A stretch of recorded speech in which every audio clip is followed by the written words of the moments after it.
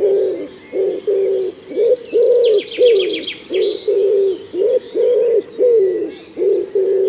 Acorns. And the Count, I'm sorry if he's listening, I don't think.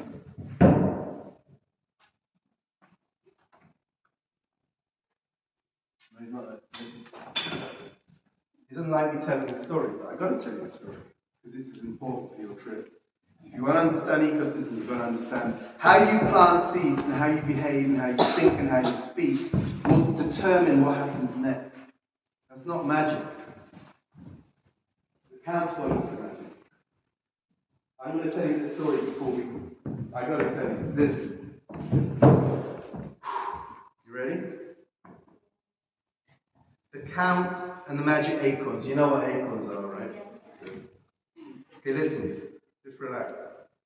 It was the Count's birthday, and he was sitting in front of a pile of unopened presents with scrunched up wrapping paper littering the floor of his grandiose living room. Nobody remembered how old he was, but knew he'd been born on Halloween decades or perhaps centuries ago. He did not like birthdays and found presents boring, as he already had too many things and found that stuff didn't make him particularly happy. His castle, this place, his castle was crammed full of all kinds of stuff. Treasures and furniture and art and expensive clothes and gadgets and toys. He had so much stuff that you know what, I mean, this is true. He had so much stuff that it had to be stored in wooden boxes in the cellar to make enough room just to be able to move around the castle. In fact, you see, he's done very well because this was full of all his stuff. All of his presents that he just doesn't, you know what I mean? But even with all this material wealth, he felt that his life was rather dull and lacked any kind of magic. Don't tell him I told you that, but I know the Count well enough to know that in his heart, of course he wants it to be a magic world. Pretty boring place. But anyway, you can talk to him about that if you meet him. I don't think you will because he's scared. Anyway, listen. Every birthday he received hundreds of presents from his family, friends, politicians, diplomats, and even overseas rulers. And every year he opened and discarded them, all to be stored away in the castle's subterranean vaults. This year he had opened and thrown aside all of his presents apart from an unopened little package wrapped in plain brown paper. Again, whoever wrote to me, thank you. That's where now I'll tell you about the package. Thank you for writing, Kevin.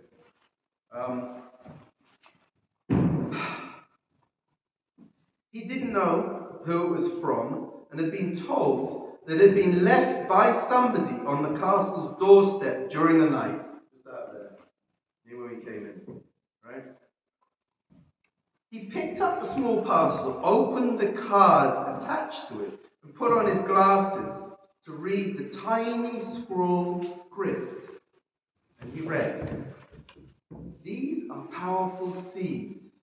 Use them wisely and carefully, as they will change your life and create new worlds. Happy birthday and good luck. Best magic wishes, Madame Stregovich." Madame Stregovich.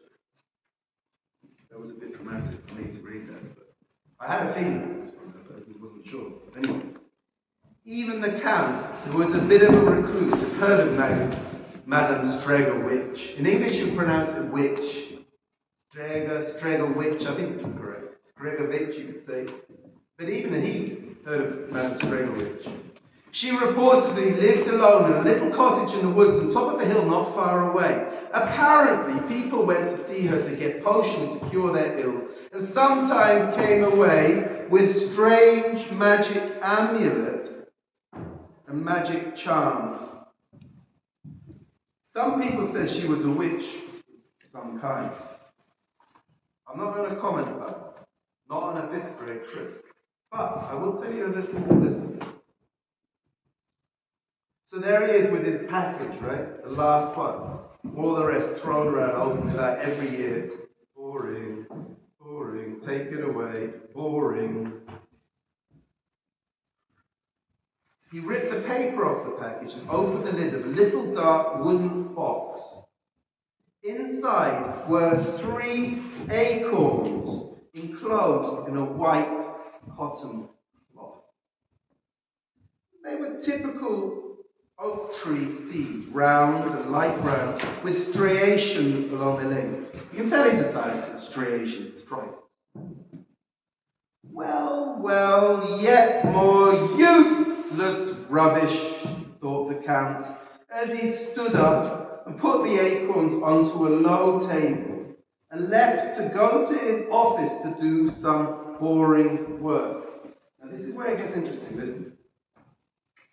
A few minutes after he left the room, a rat climbed onto the table and picked up an acorn in its mouth and scurried back to its den in a hole under the wooden floor, where it greedily gobbled up the acorn. The rat was most surprised to find that it suddenly grew wings, and later that evening it flew off to China, where it grew as large as a horse, spoke fluent Mandarin, and eventually became king of a remote mountain kingdom. But that's another story. That's another story. But listen, there were 2 acorns left on the table when the Count returned the following morning. He decided to take them to his potting shed, where he placed them on a wooden bench. I wonder why Madame Strigovich has given me such a strange gift this year. Perhaps I'll plant them sometime. He walked out into the sunshine, crossed the lawn, and went for his lunch, leaving the shed door open behind him. A few minutes later, a bushy-tailed red squirrel bounded in, picked up one of the acorns and carried it over the garden wall to a secluded woodland, where it dug a little hole and buried it, as it was autumn, when squirrels like to cache acorns to sustain them during the coldest days of winter. The next morning, the acorn had grown into a huge oak tree with glittery leaves and solid gold acorns that dropped onto the soft woodland floor with dull thuds. I mean, I showed you an acorn. I just imagine that solid gold, lots of them.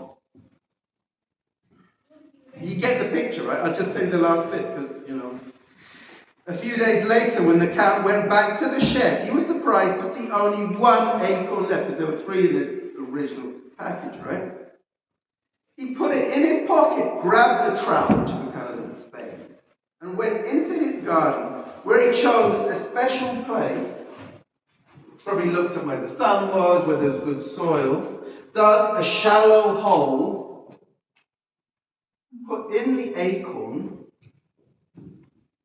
and gently covered it with damp soil.